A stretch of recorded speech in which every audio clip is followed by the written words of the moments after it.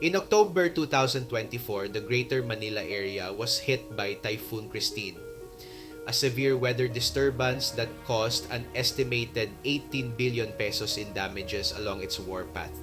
During the worst of the storm, I was away from my house due to work.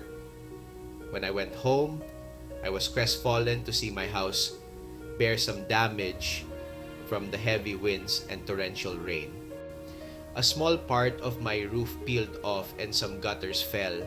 I had to call a handyman to repair my roof, but otherwise was not too bad, although some water went into my bedroom from the leaky roof. The major issue from the storm was my loss of electricity and internet connection. It took Meralco 3 or so days to restore service. In that time, some of the food in my refrigerator spoiled. If you have an erratic income source like I do, I treat food like a bank account, saving up for lean periods where funds are tight. The loss of food really hit me hard. I needed to figure out a way to safeguard my food stores. With my internet, I had a wired fiber subscription that I was happy about as it had decent speed. However, for whatever reason, the service provider was not able to restore my service for more than a month. I had to rely on my cell phone service for internet, which was good for communication and basic needs. I needed a suite of solutions that will allow my home to be more resilient against similar natural disasters. There will be a repeat to this situation and with troubling regularity, as the Philippines is the country most affected by typhoons in the world by sheer number of weather disturbances that enter its defined area of responsibility. Assuming my locale is not hit head-on by a super typhoon, and most typhoons merely disrupt utilities like electricity, internet, and water, I believe that there are interventions that I can undertake to cope. Like for water loss, for example, I have extra buckets that I'm using for impounding water for non-potable use. I have approximately 60 liters stored in my guest bathroom for emergencies. In the future, I am thinking of purchasing a couple of IBC tanks that will allow me to store 2 cubic meters of non-potable water. For drinking water, I already have 4 5-gallon jugs that I use for my daily drinking needs and should be more than enough capacity for an extended period of a lack of potable water. While waiting for my wired connection to be reconnected, I wanted a temporary solution that I can later use as backup in case of future disruption. I couldn't yet afford a Starlink device, but that should be likely to be the gold standard in internet connection for future disasters or off-grid use.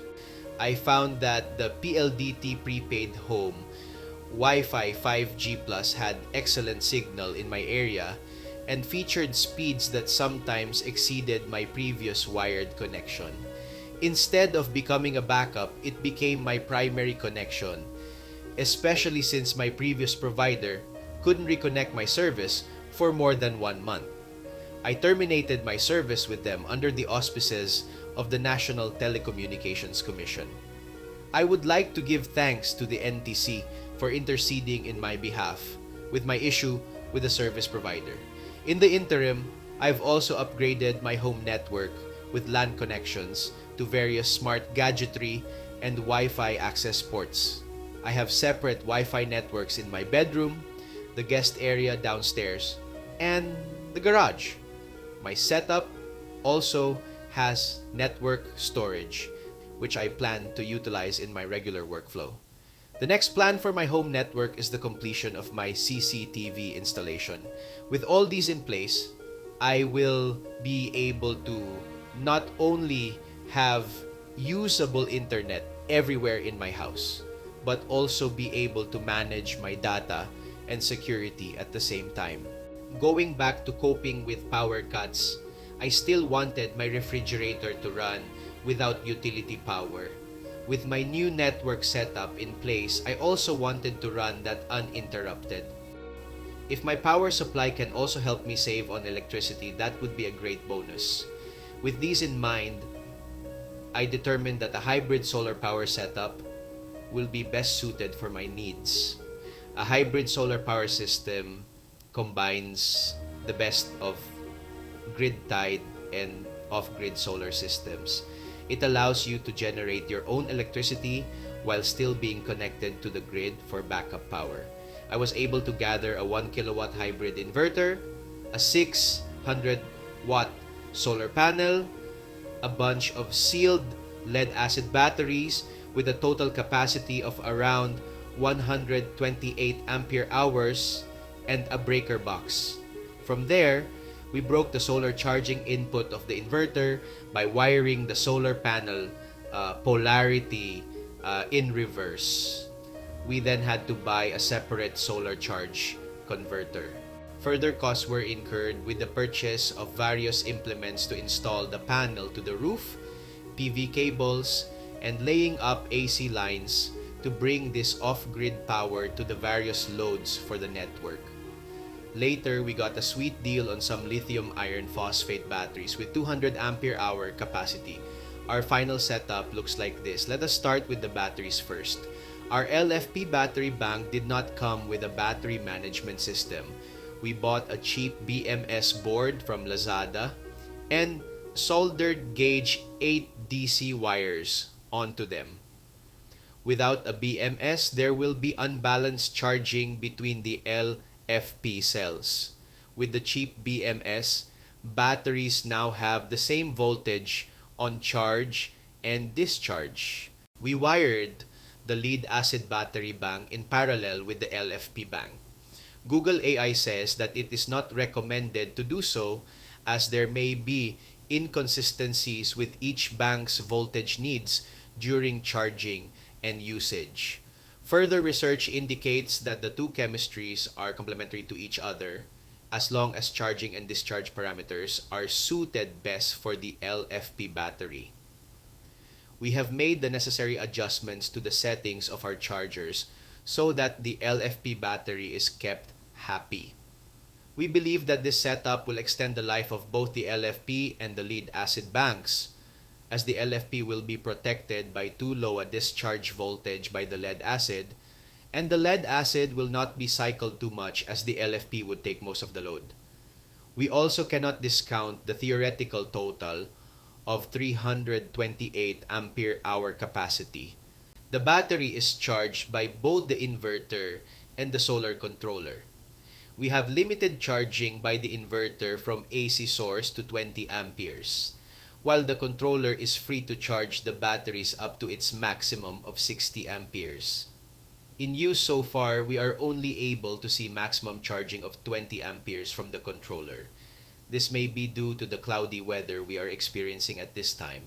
I am thinking of adding one more panel in parallel to ensure more charging in low light conditions and allow us to completely wean off from the utility for charging the batteries.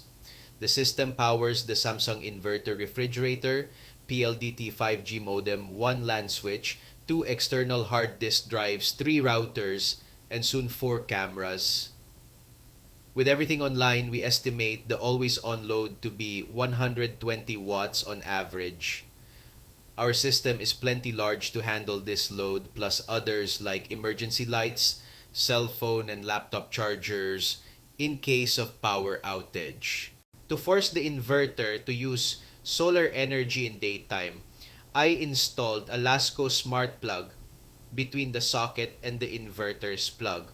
Not only does it allow me to open or shut AC power to the inverter remotely and via a timer, it also tracks energy consumption that can be viewed on a dedicated cell phone app. I have tested the system throughout its revisions, but have not completed testing on its current setup. What I would really want to find out if it can indefinitely fully power its loads on an off-grid basis. I believe it still cannot do so unless I am able to charge the batteries on solar with a higher amperage. My plan is to overpanel the existing solar charge controller so that higher amperage can be had for a longer period of daylight.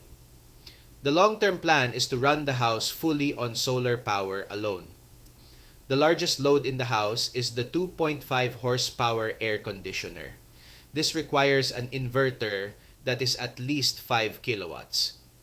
I am still evaluating if I will try a grid tie system or just create a second hybrid system for the aircon and the rest of the household loads. But for now, I am happy with the setup and looking forward to future upgrades as budget permits. I will update you on this project as and when updates are available. With that said, I will end this video here. Please do like and subscribe to our YouTube channel, and I will see you guys on the next video. Ciao.